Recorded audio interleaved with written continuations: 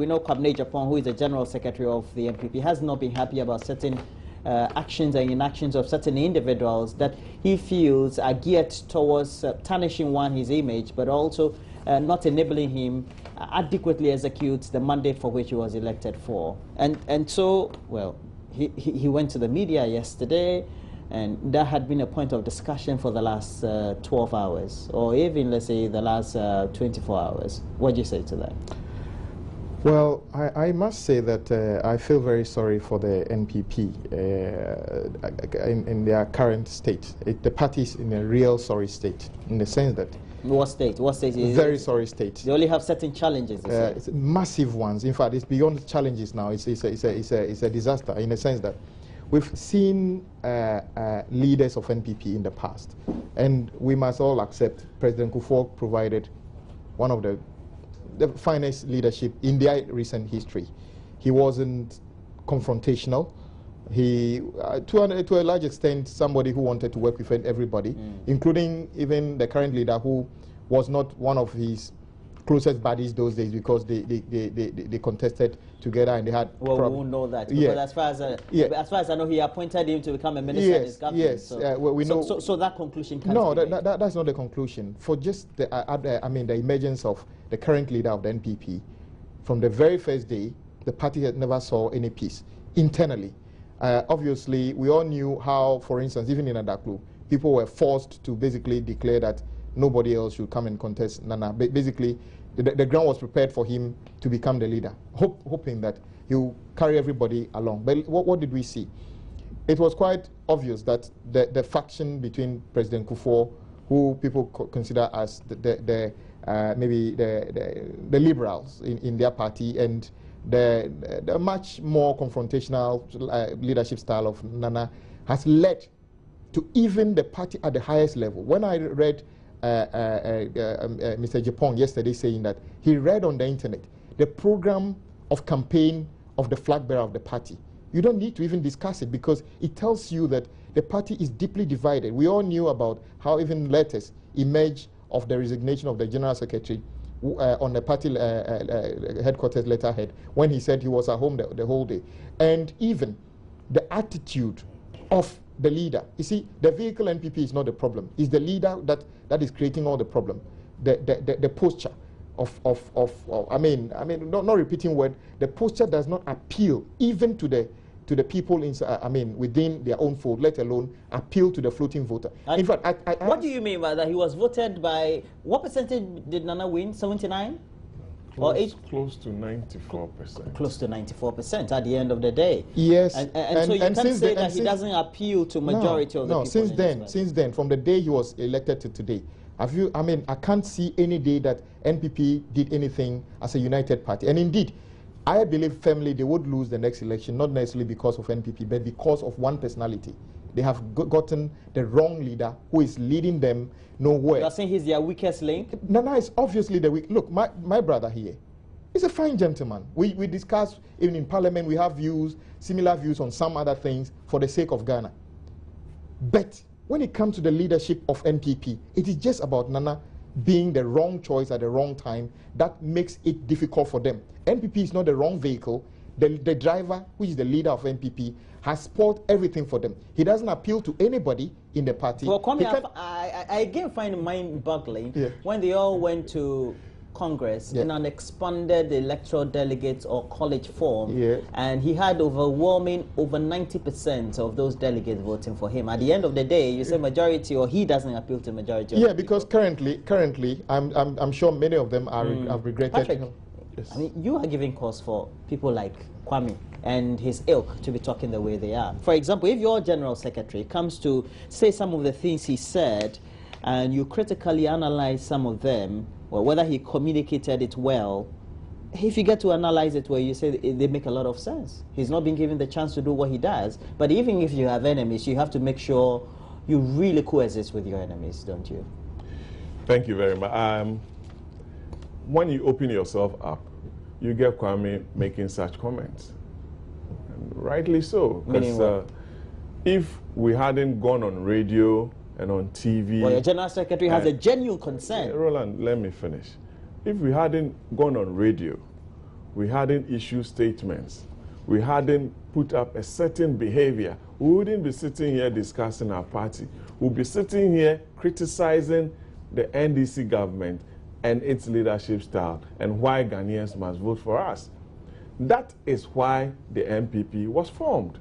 We were formed not as a social club, but as a political party that will always put the government of the day on its toes if we are in opposition, and also to advance the program and policies of this party or government when we are in power. We have a responsibility as members of the party, enshrined in our constitution, to at all times maintain internal cohesion and ensure that there is total unity at the front of the party. I may have an issue with my general secretary or any member of the party, but I should have, and I believe we do, in our constitution, avenues to channel our grievances or dissatisfaction with certain things. I believe the leader of the party has issued a statement that we should not discuss party issues. It's not even for him to have said it. Every reasonable person in the party should know it. That what? That party matters, there are channels of discussing party matters for which Nana, busy on a store, should not be distracted to issue such a statement that, please, let's be responsible, let's not discuss party matters on radio. At least we should allow him to sell his message, to dispel the negative propaganda, the rumors, the perception about him and the party to the electorate, and also give him that presence and peace of mind to be able to focus on his campaign. I believe I'll caution every party member that the channels for expressing our grievances are clearly laid down. If you are a responsible member of the party and you have certain genuine concerns, you have your executive, you have your council of elders, you have your patrons.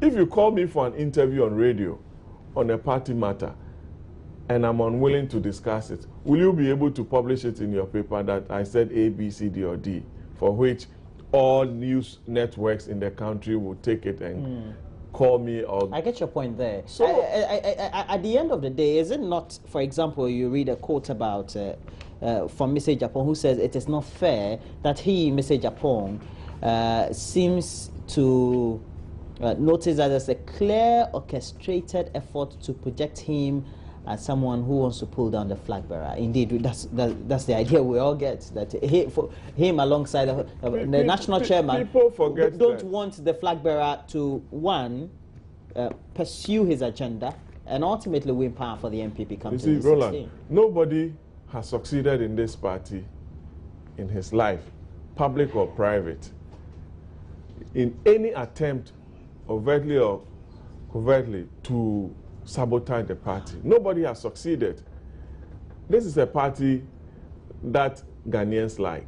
So whoever your shape, form, nature, style, trait cannot sabotage the party. And if you try, you live to regret it. So you're saying that Mr. Agyapong wants to sabotage the party? Mr. Agyapong cannot sabotage the party. And he dare not, he should not. And he cannot do it, and I don't believe that. You see, people must be given their space to work and operate and respected.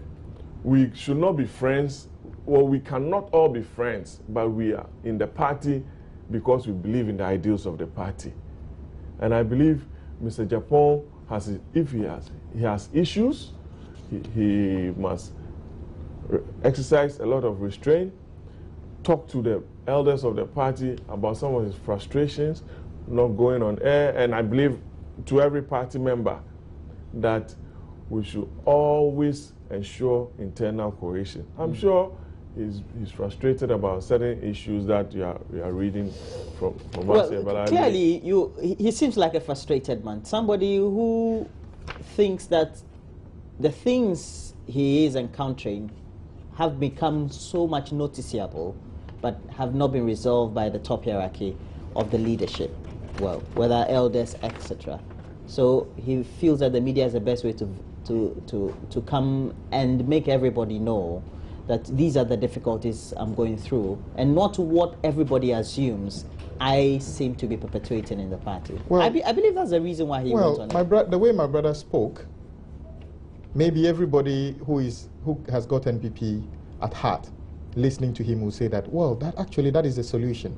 Everybody pull together, know that what is more important is the collective good of the NPP. But unfortunately, like you said, even the national executive, the Council of Elders are all divided along this line. Nana Akuffo Addo versus somebody. Look, a general secretary of the party, as somebody said that he should have gone to the media. What if he actually wasn't even aware that Nana was on tour, let alone talk about whether distracting Nana's talk? The guy says, well, I'm not even now. Ultimately, by the time you went on there, exactly. He says, I'm not aware. But what can you talk about that? That the general secretary, the chief executive, formally informed. Exactly. Okay. Well, not formally. He must be in the driving seat. He must be the one who prepares the ground and other things for everybody. It is quite obvious. Look, when we went to Talensi, they couldn't step foot there because the general secretary and the chairman of the party, who actually come from couldn't go there. You see, we can gloss over it. The NPP knows it can happen in any party, and it does happen to every party once in a while. They must understand that they have serious problems. And Nana creating a fiat, don't comment in public about this thing, won't stop it. The solution lies with Nana. Just get these gentlemen that have also received overwhelming endorsement from your party. Give them the space to work. Don't pretend you are giving them the space in the media and then lock them out of activities because you are the leader of the party. The solution is entirely with Nana and his advisors, not with Agyapong or Afoko. I'm sure that if Nana wakes up in the morning and gives an instruction or calls Afoko and Agyapong to a meeting and say, this is what we are going to do, I doubt if they will say we won't do it. So Nana is the one providing that leadership. You're a lawyer. How do you call it? ADR, alternative dispute resolution. This is simple. No, sit on the other side of the table. I sit here. I'm chairing. I say, what's your problem? What's your problem? Please put the thing at the center. Let's all resolve our difference. It's that so simple. I'm sure that can be trashed out in a week. Even 3 days, let's say. Don't forget Nana, Kwabena Agyapong, Afoko. They've been working together in this party for a long time. Well, clearly, they've not been working together now. Listen to me. Our approach towards things may lead to some of these things. And sometimes, if you listen too much to friends and hawks around. That's what Nana is doing? No, I don't want to say that. I don't think so. People may think, oh, some people are being sidelined, they are not being respected, they are not being allowed to work within a certain space. I think, and I know, that the elders of this party are meeting over some of these issues to ensure that there's total cohesion. Because we don't have time. We don't have time to be discussing party issues and problems. Our time left is to be able to put together a good campaign team, good campaign message, a good program to be put before the good people of this country, and to ensure that we beat the NDC in the 2016 election. Issues about personality, it should be a thing of the past, and I'm pleading with everybody that Ghanaians are suffering too much and they don't need this thing from us. Nana is there embarking on this very tour, and I believe that so far, according to the reports we're getting, it's been going on well. Rise and Build tour. Very well. But that's why we don't need these things. And he's giving the fiat. They should stop discussing the things on radio. So how should it be taken by the rank and file? Because giving a fiat and making sure that the fiat... well, perhaps a persuasive message you've given. It wasn't a fiat. It was an advice. An advice. Okay, that whoever has an issue should channel it through the appropriate party. What would you suggest he does so that this very message, our advice, sinks in? That every party person, responsible party person, must comply and know that whenever we go out on radio or on TV to discuss issues affecting us, it sends the wrong message to Ghanaians and even those who want to help us one way or the other in our campaign, that we are not united, we are fighting, we are not serious, we are not ready for power. And President Mama will say the same, Kwame will say the same thing, the NDC will be happy.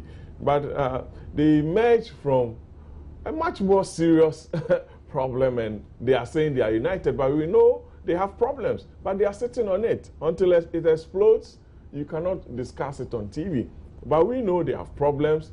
Party offices in Damango being destroyed. People are not being allowed to pick forms to contest. These are all internal party issues capable of exploding. We have gone through that turmoil, and I believe it will subside. And at the time we put everything in place and move out there to in a full-blown campaign, I believe with God's support and help, we'll sail through. When do we expect Nana to perhaps formally say he's launching his campaign? Oh, he's not. I don't think he's going to formally launch a campaign. He started campaigning. We don't have time to formally launch a campaign or say that I'm going to. No, he's campaigning. He's been campaigning. Campaigning, putting together his team, his manifesto. It doesn't take a day to start moving out. You need to put in place a lot of structures that you fall on. The campaign requires a lot of money too. So you need to be sure of your funding, your fundraising activity, your message that will sink into the minds and hearts of the good people of Ghana. That is what he's been doing for the past 1 year. And he's out there trying to put together the party. Those who contested the primary, the incumbent MPs, old executives, new executives. I saw President Mahama meeting disgruntled old cadres and old party faithfuls who feel sidelined. They also complain.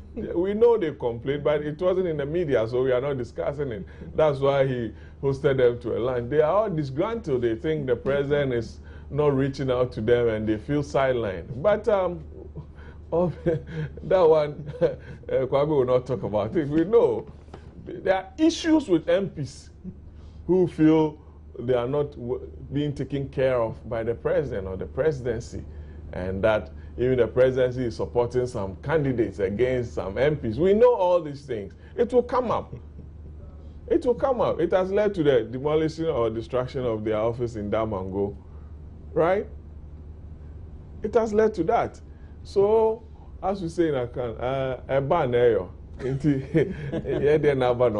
so we shall see. I was excited to see the way my friend was excited talking about his last presentation as to the reasons why the president called those are genuine issues. In fact, I believe as far as undercurrents go, we also tend to hear some of those things. Well, I'm not saying. You hear party executives in various constituencies, they call you and they express serious issues. Yeah. Perhaps maybe you have been better able to manage. Them from perhaps there's no party leaking to the media or getting to. There's no party without problems, and indeed, the president called those founders of the party together so that we can harness everything, and then NPP does do it. But you see, Nana has been campaigning since 2013, more or less the very first day he we are talking about. But you see, the message is which is not coming. In fact, he came to Volta region. I don't know what message he brought to Volta. You were not in the Volta region. I was in the Volta region when he came. That he's going to provide first-class government. He said, rise. You were not one of his targets. Because you cannot be influenced. It's okay. Yeah, it's but okay. Rise Let's and build. not talk about the issue. He's talking about the building of the party. Yes. Party coalition. So not building of Ghana. Well, it's all part of it, is that not it? Ghana, MPP is a political party that has developed this country. So his aim is to build a strong party to win the election and develop Ghana better than what the NDC has done. The truth is that Nana still hasn't got a message that Ghanaians can resonate. It's a fact. Look, by this time, somebody who has been campaigning for all these years, in fact, from the very first day President Mahama was sworn in, Nana has been on a campaign trail. We still can't see what message is it about healthcare, about education, about infrastructure. Once in a while, he throws in something. You want him to tell you so that you take those on board? No, we don't. You talked about senior high school, you took it on board. No, we have. Don't even go there. We have been talking. We have been talking. 50 schools in a year. No. It's going on, and I'm happy that one is going on in Addo. But the point is that Ghanaians want leadership that provides a statement that talks about peace, that talks about progress, that talks about development. All these little things are lacking in Nana's message to the people of Ghana. And you cannot just win election when you cannot even fix your own house. How can you fix your neighbor's home when your house is leaking? Kwame, it's okay. It's okay. You like